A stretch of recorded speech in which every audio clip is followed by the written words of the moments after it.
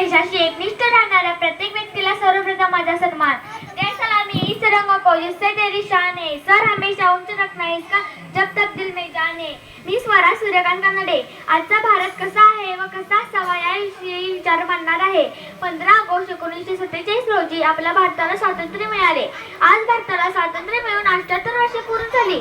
पण भारताला स्वातंत्र्य मिळाल्यापासून आम्ही या भारत देशाचे सुजाण नागरिक म्हणून काय करत आहोत? आम्ही काय प्रगती केली का अधोगती केली? गोरा साहेबांच्या जाचातून पारदर्शकातून आम्ही सुटलो, स्वातंत्र्य झालो, तरी आजही मंदिराच्या बाहेर पाठी लावावी लागते।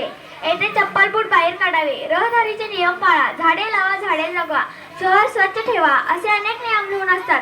पण आपण तसं नाही, आपल्या मनात येतं तसे आपण वागतो, कुठेही थुंकतो, अस्वच्छता बाळगतो व तेथेच आपण स्वातंत्र्य दिन साजरा करतो। येथे असलेल्या प्रत्येक नागरिकांनी आपल्या स्वतःला एक प्रश्न विचारला पाहिजे, खरंच मला स्वातंत्र्य सैन्याचार्य मिळालं का? विविधतेतून एकटा असलेला भारत देश जगातील एकमेव असा देश आहे ज्या देशात जाती धर्माचे लोक एकत्रपणे नांदतात। पूर्वी आपल्या देशामध्ये जाचक प्रथा होत्या, जशी की सती प्रथा, बालविवाह या नष्ट होऊन गेल्या आहेत, तरी काही ठिकाणी बालविवाह होतात। हुंड्यासारखी पद्धत अजूनही आहे, अस्तित्वात आहे। या गोष्टीला आपण आळा घालू शकलो नाही।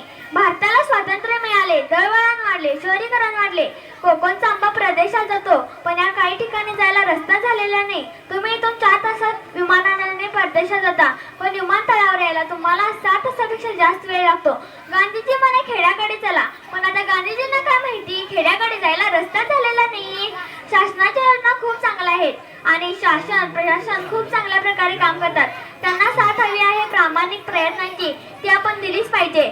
मित्रांनो, आपल्या देशामध्ये अस्वच्छता कोणी ठेवली? आम्हीच ठेवली आहे ना, त्यासाठी आम्हीच काम केले पाहिजे। सर्वांनी एकत्र येऊन ठरविले पाहिजे, आमचा स्वच्छ भारत देश अभियान करणार म्हणजे करणार। त्यानंतर आम्ही फोटो काढून सुद्धा पाठवणार। तुम्हाला आठवतं का गाडगे बाबा महात्मा गांधी यांनी कधी झाडू कचरा टोपडे घेऊन फोटो काढलेला नाही ना? कारण त्यांना राष्ट्रविषयाची निष्ठा होती। त्यांना हवं होतं की आपला भारत देश स्वच्छ आणि सुंदर असावा, म्हणून त्यांनी स्वच्छता केली व ते झाले महान, आम्ही राहिलो लहान।